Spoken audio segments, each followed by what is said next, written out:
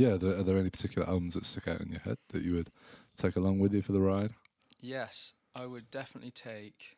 I would definitely take. I would take Neutral Milk Hotel's album In an Airplane Over the Sea. Okay. Just because that always has been my number one album. That's kind of like my mantra for life in an album, if that could be a thing. And I just listen to it to realise who I am again if I ever get lost. Right. It's that album for me. Right. Okay, 5. I'd probably take a 9 Inch Nails album for when I'm feeling really angry. When I can't make a fire or something, which is probably most of the time. Maybe take The Fragile because it's there. Okay. It's like 2 hours long or something. Oh, really? So you get good. You're getting a lot out of one album. Yeah, because I guess if you're on a desert island, you want a lot of tunes. That's true, but if every album's like half an hour, you get bored pretty quickly. So maybe double albums is a good thing to go with. That's not a bad shout, you know. I've been really loving Mozart Somni's second album called The Grey. I don't think I've listened to that one. Which is a double album.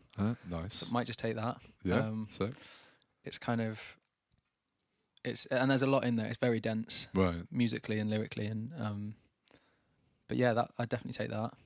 He's just one of the most incredible vocalists of our generation. The way he just like, sort of floats scary. around. It's scary, isn't it? And it's like, scary. and I found for me as well, like he really inspired me as a vocalist because just like how much he just doesn't give a fuck.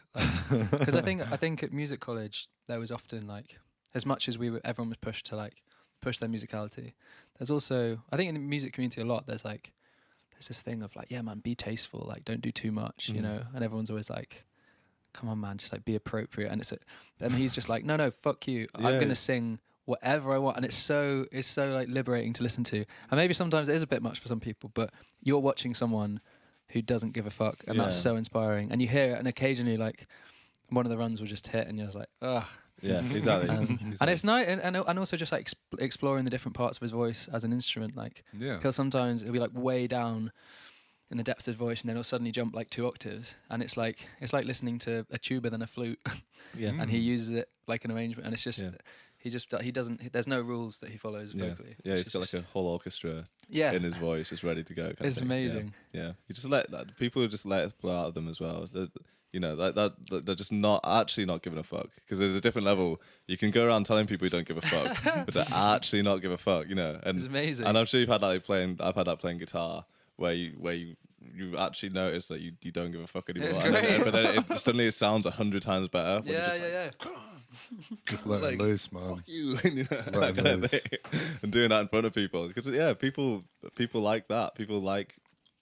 You don't have to be tasteful in that kind of way. That there's a really weird thing that floats around musicians of being tasteful, which ends up, to me, just kind of, it just becomes kind of boring. People. Or it's basically, you could just interchange that for like holding back or not letting it out the right way. So Moses Sumney just. He's so good. Like, he's so good. Try and sing along every now and again. Yeah. So okay. Maybe next time. Maybe next year. Any other ones? Was that only 2 records? No, 3 records. Those 3, yeah. I'm probably just going to go with albums I'm into now, because I have that thing when everyone goes, what music do you listen to? And then you forget all music ever. Yeah. Apart from what you've just been listening to. So I probably go with, at the moment, it's pretty, I'm not sure, and it's quite intense for a desert island, but it's Arca's self-titled album called Arca. Right, I've never listened to Arca, so what's the vibe of Arca? Just complete chaos in the best way. She's a Spanish producer, and she produced FK Twigs' second EP and co-wrote it. Yeah, and then I think she's got a production credit on Yeezus. So like pretty like high profile stuff, and then just started. Again, this is someone who doesn't give a fuck.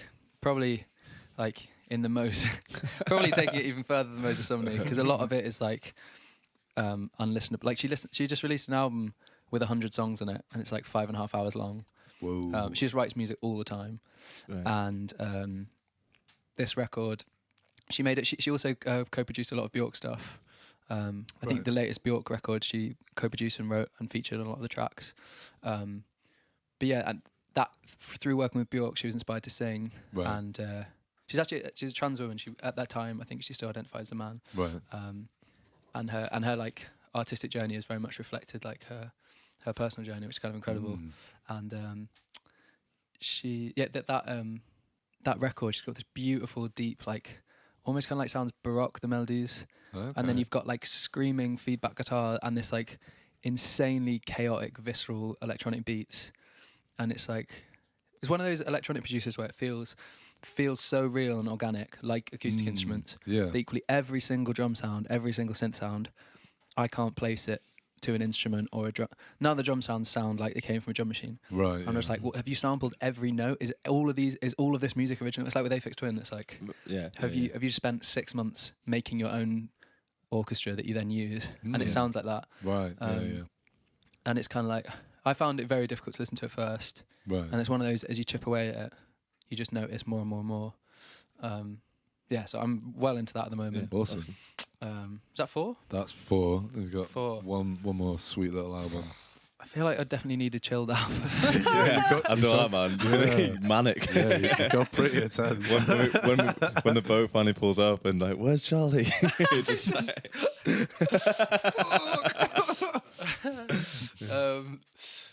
I'm thinking an acoustic album.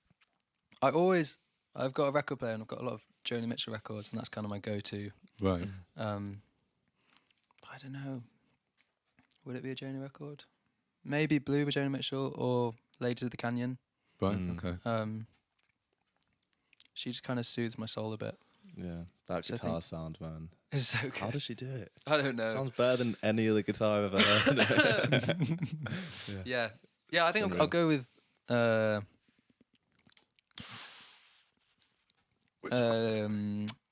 Ladies of the Canyon. Okay. Cool. Yeah. Was that earlier? Was that like before Blue? I think so. Yeah. Cool. Just an amazing record. Mm. She's still it still confuses me that she did that. Like just as a guitar player, you just think like she had no internet, she had no like where did she learn to play like that? Where did she learn to do those voicings? No one, and no one's done it since. Yeah. It's like how Yeah. what? And you watch her and she's just like, well, I just made the chords sound how I felt. Yeah. I know. It's easy. I literally thought my head was Just do going to that. explode. Yeah, that's it. It makes sense, but it's like it's a lot not as easy as that sounds. Ah. Yeah, that's the weird thing. Like, it's just a sound at the end of the day. Like, again, it's that same thing. Why would you analyze it anymore? And clearly, she probably wouldn't have been capable of analyzing it any further. I'm sure she probably didn't know what like half of the chords could be described as being in, like the names of the voicings, whatever. But it's just like, how do I feel right now, and how can I get that out to people? Yeah, and then she landed on that. Like, oh my god! Well, I actually saw a video recently of her, like, kind of talking through one of her songs, and she was just playing the chord progression. Right. And she played like a chord, and she was like, "This is a simple chord. You can hear what's going on there." And then she goes, "This chord, there's more tension in it," and which is like a very musical way of looking at it, because they had like. But she just saw it as like that. She was like, "What am I saying with this lyric?" And then maybe I'm a bit more lost and confused here, so she just uses the guitar to kind of reflect that. Yeah. But to do that, to be able to do that, and then make it all make sense Yeah. in every other way. Yeah. To do that, to do that in like a jazz improv is one thing. Yeah, exactly. But to like craft it into beautiful songwriting With those lyrics as well. Yeah. Oh my god.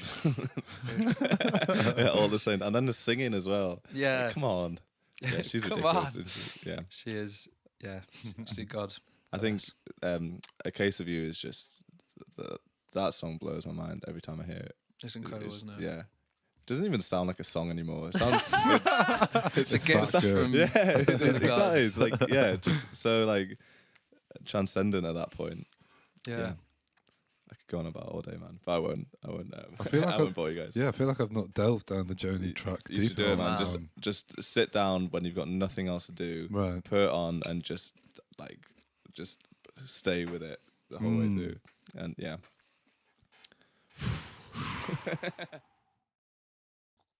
Thank you for listening. Be sure to subscribe to the podcast to catch up on new episodes every week.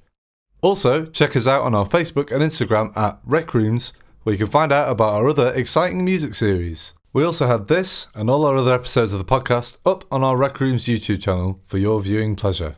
See you next time.